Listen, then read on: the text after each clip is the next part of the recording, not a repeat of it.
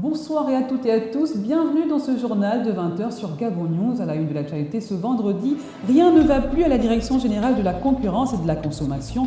Plusieurs mois déjà que perdure cette grève, cette direction et sa hiérarchie n'ont toujours pas trouvé un terrain d'entente. Voilà qui crée une situation de bras de fer. Le point tout de suite dans ce journal.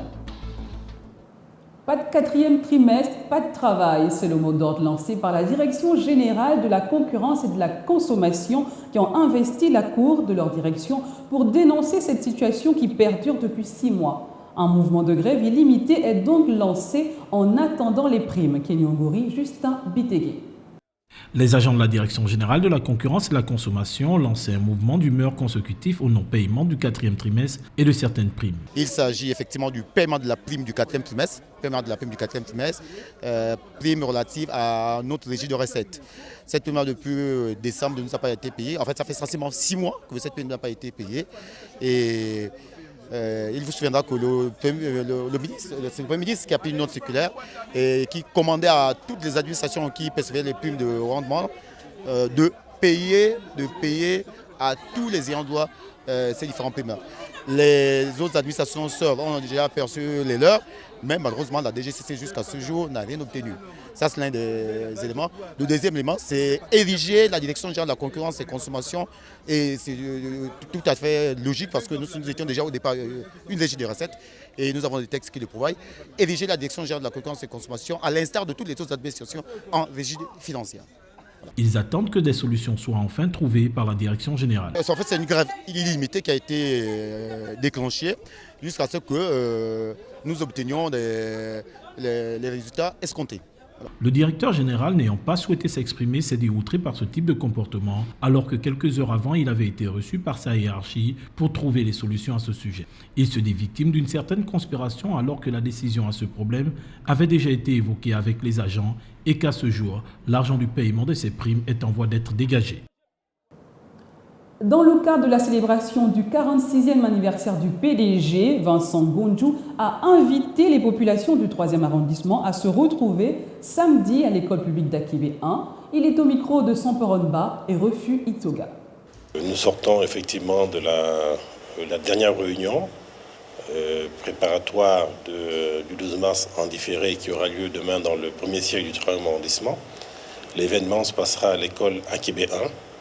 Et nous dédions cet événement dans le cadre social, sachant qu'aujourd'hui, le chef de l'État a mis un accent sur le pacte social et nous allons faire partager à l'ensemble de nos militants et sympathisants le Fonds national d'aide sociale, peu connu des populations. Donc nous avons demandé de solliciter un expert qui viendra présenter.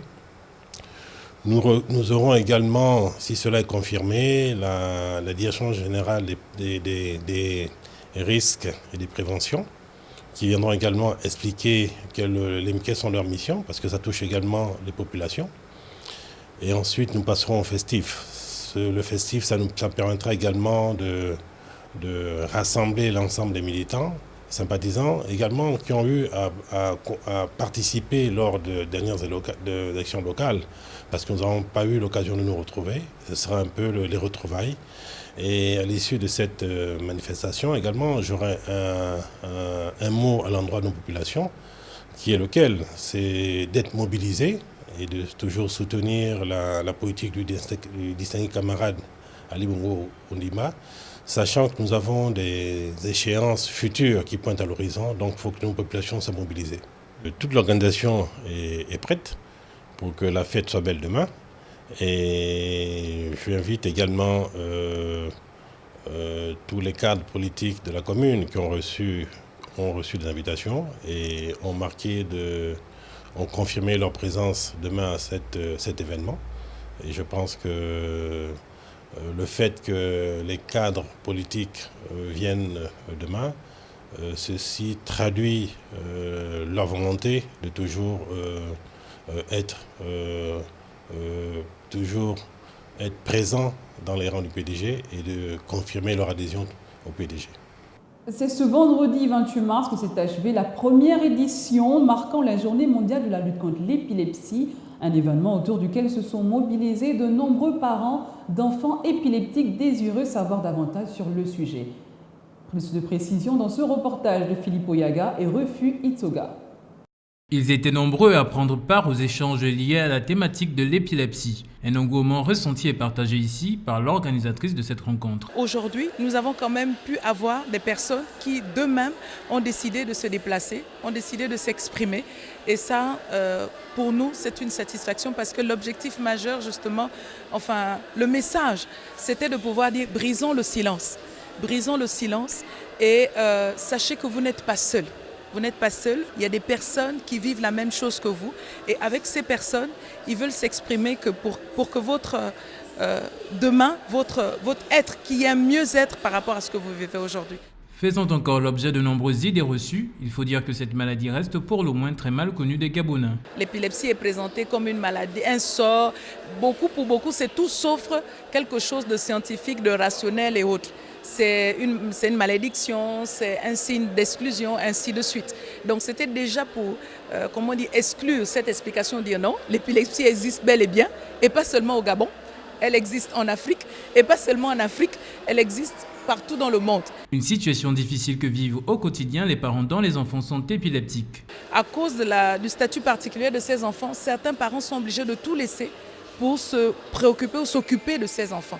Et donc derrière, vous voyez l'incidence économique.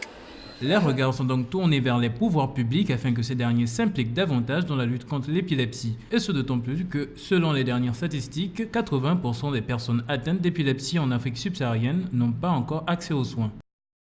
Le ministre de la Santé a ouvert les travaux du 2e congrès des chirurgiens dentistes qui se tient à Libreville. Le professeur Fidel Mengue Mengwang a invité les praticiens présents à ces assises à travailler avec les spécialistes des autres domaines dans lesquels les taux de prévalence sont trop élevés pour une meilleure prise en charge des patients. Sans Peronba, Justin Bitegui. Après le lancement des communications jeudi matin, le 2e congrès des dentistes a fait l'objet d'une ouverture officielle jeudi dans la soirée. Première allocution, celle du représentant de la présidente de la Fédération dentaire internationale qui a rappelé les objectifs que la FDI s'emploie à atteindre d'ici 2020. Elle esquisse dans ces grandes lignes ce à quoi les soins bucco-dentaires ressembleront en 2020 si nous nous attaquons aux problèmes et tirons parti de manière ponctuelle et appropriée des opportunités qui surviennent.